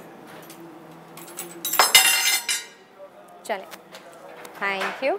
ये देखिए इस तरह से, बहुत ज़्यादा ओवर फिलिंग नहीं करनी है आपने, थोड़ा थोड़ा कॉर्नर पे अगर आप चाहें तो आप यहाँ पे रख सकते हैं। ये हो गया।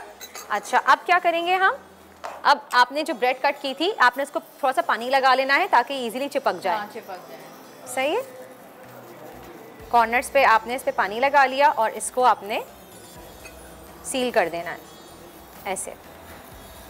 ये देखिए, थोड़ा सा कॉर्नर्स आप इसके प्रेस करेंगे तो देखिए फ़ौरन ये सील हो जाएगा, ठीक है। इस तरह से दोनों हाथों से आपने प्रेस किया, ये देखिए सील हो गया, सही है। और अब इसको हम चेक कर लेते हैं कि हमारा ऑयल गर्म हो गया है या नहीं। जी, ऑयल हमारा अच्छा सा गर्म हो गया है। अब क्या करेंगे हम, इस सील किए हुए ब्रेड पकौड़ा को हमने डिप करना है बेसन में, लाइक दिस, इस तरह से, और फिर सीधा पैन के अंदर। ठीक है, मैं हाथ का इस्तेमाल कर लूँ। चलें जी, इस तरह से दूसरे वाले पे भी मैं लगाया इसको सील करने के लिए। अच्छा, आपने नोट किया होगा मैंने इसमें चिकन के कीमे का इस्तेमाल किया है। आयशा, आपको थोड़ी सी मेरी हेल्प करनी पड़ेगी इसको फ्राई करने में। ये आप ले लें पीछे से, ये वो वाला ले लीजिए जो आपको सही लगे, और थोड़ा सा इसको आप फ्राई कर लीजिए ताकि हम अपने व्यूवर्स को भी दिखा सकें किस तरह का इसका लुक आ रहा है। थोड़ा सा इसको गोल्डन ब्राउन ही रखना है। गोल्डन ब्राउन होने देना है इसको हमने। ये देखिए, दोबारा से इसको हमने सील कर देना है कॉर्नर्स को पानी लगा के, ताकि हम सील इसलिए करें ताकि ये खुले ना, वरना मैदे में जाके, अब मैदा कह रही हूँ, बेसन में जाके ये खुल जाएगा। ये देखिए, इस तरह से आपने इसको इवनली प्रेस किया, फिर आपने मिक्सर में इसको डिप किया। अच्छा, इसकी डिश कौन सी है जिसमें डिश आउट करना है? ये वहाँ पीछे रखी हुई है, ठीक है। और इसके बाद हम इसको पैन में, वो वाइट वाली ले लीजिए आप, इसमें निकालें ब्लैक वाली में, फिर मैं वाइट वाली में गार्निश कर दूंगी। सही है, चलें चलें जी। अच्छा, दूसरा ही बना लेते हैं हम इस तरह से। थोड़ा सा इसको फ्लिप करके और थोड़ा गोल्डन ब्राउन कर लें, अच्छा सा ना। इसको भी फ्लिप कर दीजिए, इसके भी कॉर्नर्स में कट कर देती हूँ। चलें जी, ये कॉर्नर्स कट कर दिए इसके। अच्छा, अगर आप बड़ी ब्रेड लेना चाहें तो वो भी ले सकते हैं, लेकिन ये वाला size I think ideal size है, ईजिली एक शख्स आराम से खा सकता है, वरना वो बहुत बड़ा हो जाएगा। आप चाहें तो आप इसमें बीफ का कीमा भी इस्तेमाल कर सकते हैं, मटन का भी इस्तेमाल कर सकते हैं, जैसा आपको सही लगे, लेकिन आपने इसमें ब्रेड फ्रेश इस्तेमाल करनी है। अगर आप फ्रेश ब्रेड इस्तेमाल नहीं करेंगे तो हार्ड हो जाते हैं, वो फ्रेश की टूट जाएगी और वो मज़ा नहीं आता, वो मज़ा आता। इसको आप एंजॉय कर सकते हैं चटनी के साथ। अच्छा, आपने दूसरी बात, एक और मुझे बहुत इंपॉर्टेंट बात मुझे आपको कहनी है कि जब भी आप बेसन का मिक्सचर बनाते हैं, चाहे पकोड़े बनाने के लिए, चाहे आप वो बनाने के लिए, दही बड़े बनाने के, तो थोड़ा सा उसको रेस्ट, जैसे मैंने अभी यहाँ पे रेस्ट नहीं दिया क्योंकि हमारे पास टाइम की कमी है, मैंने पहले भी आपको बताया, हमारी कोशिश होती है कि हम जल्दी से आपको बता दें, लेकिन आप उसको 10 से 15 मिनट क्या रेस्ट दें, क्योंकि मैदा फ्लावर पानी में जाके फूलता है मज़ीद। ठीक है जी, ये देखिए, थोड़ा सा पानी इसमें ऐड कर देती हूँ मैं ताकि थोड़ा सा ये और पतला हो जाए। आप क्या कहती हैं आयशा इस बारे में कि हमें किस तरह की डाइट का इस्तेमाल करनी चाहिए? कि अक्सर ऐसा होता है कि सहरी में जब खाना खा के हम सो जाते हैं, सहरी करके हमारी बहुत हैवीनेस होती है हमें फील ना, और फिर कुछ लोगों को हजम भी नहीं होता खाना, और फिर आखिर में जिनका मेटाबॉलिज्म स्लो होता है वो लोग तो रमज़ानों के आखिर तक, यानी कि ईद तक, जिस साइज से कपड़े सिलवाए हुए होते हैं उन्होंने, उसमें फिट नहीं आते। नहीं, हमें ये ज़रूर करना चाहिए कि हम योगर्ट का इस्तेमाल सहरी में ज़रूर करें, लस्सी जो है या ठंडा दूध वो एंड में ज़रूर इस्तेमाल कर लें, फ्रूट्स ज़रूर ले लें। उसमें क्या होगा कि हमें कॉन्स्टिपेशन नहीं होगी। कॉन्स्टिपेशन अगर हमारी दूर हो जाएगी ना, तो फिर ये वाली कैफियत के ब्लोटेड फीलिंग और वेट गेन ये नहीं होगा। और एक्सरसाइज ज़रूर रखें, अपनी फिजिकल एक्टिविटी जो है ना वो रमज़ान में हमें करनी चाहिए। रमज़ान में कैसे रखें आयशा? रमज़ान में तरावी अगर हम करते हैं तो वो अल्लाह की तरफ से खुद एक फिजिकल एक्टिविटी है, ठीक है, वो रेगुलर तौर पे हो जाए। और अगर वो नहीं कर सकते तो आजकल तो लेट नाइट जिम स्टार्ट हो चुके हैं और वो भी लोगों ने जाने शुरू कर दिए हैं, मतलब 10-11 बजे तक जिम है, वरना आप वॉक कर लीजिए, 30 to 40 मिनट्स की वॉक जो है वो की जा सकती है। और चलें जी, हमारे पास एक कॉलर मौजूद है, मोहम्मद कासिम मौजूद है हमारे साथ मुल्तान से। अस्सलाम वालेकुम। वालेकुम अस्सलाम। जी कासिम, कैसे हैं आप? वालेकुम अस्सलाम। जी बताइए, क्या सवाल है आपका कासिम? मैदा डिस्टर्ब हो जिसका, वो ये चीजें खा सकता है, ले सकता है कि नहीं? जी ये कासिम साहब, मुझे आपकी आवाज़ क्लियर नहीं आ रही है, आपने टीवी का वॉल्यूम कम कर दीजिए कासिम, क्योंकि आपके बैकग्राउंड में टीवी की आवाज़ बहुत ज़्यादा आ रही है, आपकी आवाज़ मुझे क्लियर नहीं आ रही, प्लीज़। कासिम, आप टीवी का वॉल्यूम बंद कीजिए और आप फ़ोन पे बात कीजिए, आपको मेरी आवाज़ फ़ोन पे ही वापस आएगी। हेलो, लाइन ड्रॉप हो गई है। अगर आप हमें कॉल करते हैं तो प्लीज़ टीवी की आप वॉल्यूम ड्रॉप कर दीजिए। अच्छा, आई थिंक ये 4 इनफ हो गए हैं। इस तरह से आप बाकी बना लीजिए, आप इसको निकाल लीजिए, फिर मैं आपको फाइनल इसकी प्रेजेंटेशन दिखाती हूँ। अच्छा, ये चाहें तो आप ये मिक्सचर पहले से बना के भी रख सकते हैं, आप मिक्सर पहले से बना के रख दें, इफ्तार के टाइम पे आप इसको जैसे ब्रेड में लगा के फ्राई करें तो ये बहुत ही इजी और क्विकली बन जाती है, बन जाएगा, बना हुआ क्रिस्प हो जाएगा। बस हमारी जो ब्रेड हो वो फ्रेश। हाँ, बस ब्रेड हमारी फ्रेश होनी चाहिए, वरना ये खुल जाएगी, ब्रेड नहीं सही बनेगी। और ये देखिए इतने मज़े से हमारे मज़ेदार से ब्रेड पकौड़ा तैयार हैं। मैं थोड़ा सा आपको यहाँ रख के भी दिखा दूँ, इसको मैं यहाँ रख देती हूँ। ये देखिए ज़बरदस्त, ये देखिए। अब इसको हम अपने फाइनल प्लेटर में निकाल लेते हैं। ये वाला प्लेटर मैं ले लेती हूँ, यहाँ पे थोड़े से ग्रीन लीव्स।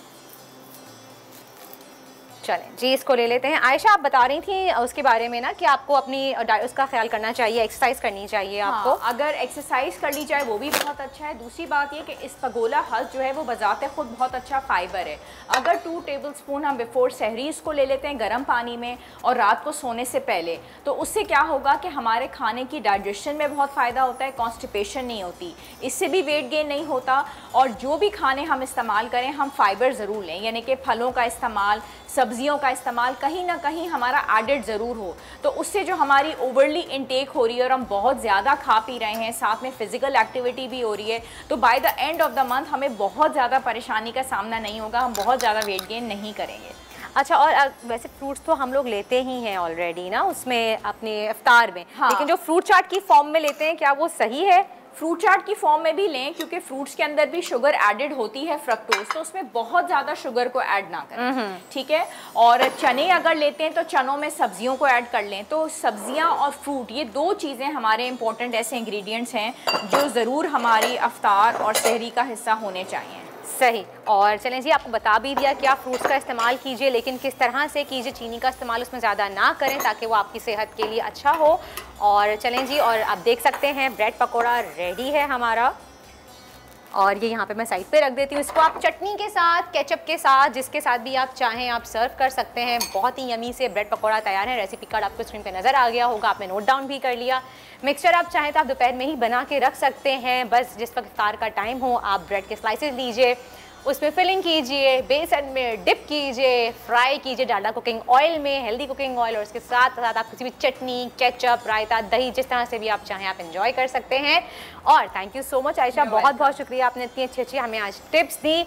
मैं पहले भी आपसे कहती रही हूँ, आयशा ने भी आपको ये बात बताई कि दही का इस्तेमाल आप सहरी में लाजमी कीजिए। दही का इस्तेमाल सहरी में आप करेंगे तो उससे एसिडिटी का जो हमें प्रॉब्लम होती है वो भी नहीं होगा, वो भी नहीं होती। और ये है कि आपको ना अच्छा फील होता है, प्यास पूरा दिन नहीं लगती, ये सबसे बड़ा फैक्टर है। मेरे घर में लाजमी लस्सी बनती है सहरी में। अच्छा, मेरे घर में लाजमी सहरी में लस्सी बनती है। और बस ये आज की रेसिपी थी हमारी। कोई सवाल है, आपको कुछ पूछना है, या कोई आपकी रिक्वेस्ट है जो आप चाहते हैं कि आपको बनाना सिखाएं, तो हमें अपने कमेंट करके ज़रूर बताइएगा। वर्दा ऑफिशियल में सोशल मीडिया हैंडल है, वहाँ भी आप दे सकते हैं, या फिर बोल नेटवर्क के सोशल मीडिया हैंडल से भी आप बता सकते हैं। और आज के लिए इतना ही। कल फिर मुलाकात होगी आपसे एक नई रेसिपी के साथ। जब तक over to you Talha.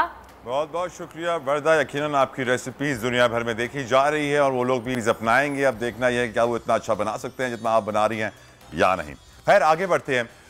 Ramzan के आते ही हर कोई ज़कात की बात करता है, और ज़कात अरकान इस्लाम में बहुत अहमियत रखता है। और इस वक्त मुल्क में बढ़ती हुई महंगाई ने भी आवाम को परेशान कर रखा है। हम ज़कात की बात भी करेंगे आगे चल के, लेकिन इससे मैं आपको बताऊं कि शरह सूद में भी इजाफा हुआ है, डिस्काउंट रेट बढ़ा है, मुसलसल मुस्तहकीन की तादाद में इजाफा हो रहा है। और हम रोज़ रोज़ देखते हैं कि जैसे हम घर से निकलते हैं, सफ़र करते हैं, इफ्तारी से पहले सड़कों पर गदागरों की तादाद में भी इजाफा हो रहा है। तो हर कोई ये सोचता है कि यार मैं अपनी ज़कात कहाँ दूँ, मैं कौन ज़्यादा मुस्तहक है। दोनों हाथों से हम सलाम पेश करते हैं सैलानी को, JDC को, इंडस हॉस्पिटल को, तमाम तर वो इदारे आलमगीर हो, दूसरे हो, जो काम कर रहे हैं, लोगों की मदद कर रहे हैं, राशन पहुँचा रहे हैं। क्योंकि इनके बिना अगर ये लोग नहीं हो हमारी सोसाइटी में, तो हमारी सोसाइटी के जो मसाइल हैं ये कई गुना बढ़ जाएं और आउट ऑफ कंट्रोल हो जाएं, और फिर बड़ी मुश्किलात का शिकार हम सब होंगे, कोई नहीं बच पाएगा। इसलिए इनका जितना शुक्र अदा करें हम कम है, और अल्लाह का भी शुक्र अदा करें कि ऐसे इदारे हमारे मुल्क में काम कर रहे हैं। जाबिर वक्कास हमारे साथ लाहौर में मौजूद हैं, और सलाउद्दीन हमें कराची से ज्वाइन कर रहे हैं। इनके पास हम चलेंगे। और जाबिर, बताइएगा आप इस वक्त कहाँ मौजूद हैं, क्या इंतजाम देख रहे हैं? यकीनन फलाही इदारों की तरफ भी लोग देखते हैं, इफ्तारियाँ भी तकसीम की जाती हैं, आप इस वक्त कहाँ पर हैं? देखिए, मैं इस वक्त शादमान में हूँ, जहाँ पे एक दस्तरखान जो है वो लगाया जाता है इस्लामी वेलफेयर की जानिब से। लेकिन जो बेसिक इशू है जिसके ऊपर आज हम बात कर रहे हैं वो यही कि जो बढ़ती हुई महंगाई है जिसने ज़िंदगी के हर शोबे को मुतासर किया है, उसने इस शोबे को भी मुतासर किया है कि जहाँ पे मुस्तहिक अफराद की जो डोनेशन है वो दे ज़रूर रहे हैं। जाहिर है कि वो अपर मिडिल क्लास या एलीट क्लास है जो दे तो रही है, लेकिन थोड़ी कमी भी आई है। और क्या मामला और हैं इस हवाले से इंतज़ामिया के से बात करते हैं। सर आप बताइएगा कि किन किन चीज़ों पर असर पड़ा है? जी अस्सलाम वालेकुम, बिस्मिल्लाहिर्रहमानिर्रहीम। ये बढ़ती हुई महंगाई की वजह से जो हमारी यहाँ पे जो डोनेशन आती थी उस पर भी काफ़ी फ़र्क पड़ा है, और जो हमारे जो लेने वाले मेम्बरान हैं, जो मतलब कि जो लेते हैं, जो कलेक्ट करते हैं डोनेशन को, उनकी भी काफ़ी ज़्यादा तादाद मतलब कि यहाँ पे इस बार हमें वसूल हुई हैं। लेकिन उसके अगेंस्ट जो हमें मिलता है उसमें वो मतलब कि वो इतना वो शऊर, इतनी अवेयरनेस, वो इतना वो जैसे इम्प्रूवमेंट थी वो नहीं मिल रही है। बिल्कुल, महंगाई ने ना सिर्फ इस चीज़ को मुतासर किया है बल्कि मुस्तहिक अफराद की जो तादाद है वो भी बड़ी है क्योंकि महंगाई ज़्यादा है। और जो मिडिल क्लास और लोअर मिडिल क्लास के अफराद हैं वो भी चाहते हैं कि अल्लाह की राह में वो कुछ ना कुछ सदका ज़रूर करें या ज़कात दें, लेकिन जो महंगाई है वो उनको इजाज़त नहीं देती कि वो इस तरह का नेक काम जो है वो बढ़ चढ़ कर हिस्सा ले सकें। लेकिन बिल्कुल जाबिर, ऐसा ही है कि ज़रूरतमंदों की तादाद, मुस्तहिकीन की तादाद में मुसलसल इजाफा हो रहा है, और जो लोग हर साल अतियात देते थे मुखय्यर हजरात, उनके भी बिल्स बढ़ गए हैं, उनकी सेविंग्स कम हो गई हैं, जिसकी वजह से वो डोनेशंस कम दे पा रहे हैं। सलाउद्दीन, कराची में क्या सिचुएशन है? आप इस वक्त कहाँ हैं? हाँ जी बिल्कुल, मुल्क में जो बढ़ती हुई महंगाई है उसके बाइस बेरोज़गारी में भी काफ़ी हद तक इजाफा हो चुका है। अगर हम देखें कि मुस्तहिकीन की जो तादाद है वो भी ख़तरनाक हद तक बढ़ती जा रही है। लेकिन जो अफ्तारी करवाने वाले और मुखय्यर हजरात, मुख्तलिफ़ तंजीमें, समाजी तंजीमें हैं, उनमें भी एक परेशानी दिखाई देती है। लेकिन रमज़ानुल मुबारक के महीने के अंदर हम देखते हैं कि मुखय्यर हजरात जो है वो अपने दिल खोल देते हैं और फिर बड़ी तादाद में एहतियात भी देते हैं, और जो लोगों में राशन भी तकसीम करते हैं, और साथ ही जो है अफ्तारी का भी इंतज़ाम किया जाता है। मैं इस वक्त क़यूमाबाद के पर मौजूद हूँ। आप देख सकते हैं यहाँ पर बड़ी तरह अफ्तारी का इंतज़ाम किया जा रहा है। यहाँ पर जो मज़दूर पेशा अफराद हैं, बेरोज़गार हैं, वो यहाँ पर आते हैं, यहाँ पर आकर जो है वो अफ्तारी करते हैं, और जो यहाँ पर लोगों को जो है अफ्तार का किया जाता है। आप देख सकते हैं कि यहाँ पर उनके लिए जो है अफ्तारी का इंतज़ाम भी किया जा रहा है, फल काटे जा रहे हैं। अभी से कुछ देर बाद बहुत बड़ी तादाद में क़यूमाबाद पे इफ्तारी का एहतमाम किया जाता है, और यकीनन हम उन सारे लोगों को सलाम पेश करते हैं और ये दुआ करते हैं कि अल्लाह ताला हम सब के हाथ देने वाले बना दे, ना कि मांगने वाले, क्योंकि यकीनन आजकल मुश्किलात का दौर है, महंगाई बढ़ रही है, बेरोज़गारी बढ़ रही है, पेट्रोल रिकॉर्ड हाई है, डॉलर रिकॉर्ड हाई है, डिस्काउंट रेट बढ़ रहा है, कर्जे महंगे हो रहे हैं, सब मुश्किलात का शिकार हैं। और हमारे सामने एक मुल्क ऐसा है श्रीलंका जो कि मुआशी हालात बदतर होने की वजह से तबाही के दहाने पर है। अल्लाह ताला हमें उस जैसे हाल से बचाए और हमारे मुल्क को तमाम तरह मुश्किलात से निकाले। फिर मैं बस मैं ये कहना चाहूँगी कि अल्लाह की बातों कंटिन्यू करते हुए कि दुआएं मांगें, प्लीज़ दुआ की तरफ करें। वैसे ये इस वक्त रहमत और बरकत का अशरा चल रहा है, आप पता है दुआ मांगें और इस यकीन के साथ दुआ मांगें कि आपकी दुआ कबूल ज़रूर होगी, और अगर किसी वजह से कबूल नहीं होती है तो उस जहाँ के लिए रख ली जाती है। ये हमारा यकीन है हमारे रब ताला की ज़ात पे। वो बेशक बहुत गफूर रहीम है, रहमान रहीम है। हाथ फैला के गिड़गिड़ा के दुआ मांगे और हमेशा ये दुआ मांगे कि अल्लाह ताला हमेशा हमें देने वालों में रखे। इसी के साथ ही इजाज़त लेते हैं आपसे, कल फिर मुलाकात होगी। अपना ख्याल रखिएगा, देखते रहिए दुनिया बोल है। अल्लाह हाफ़िज़।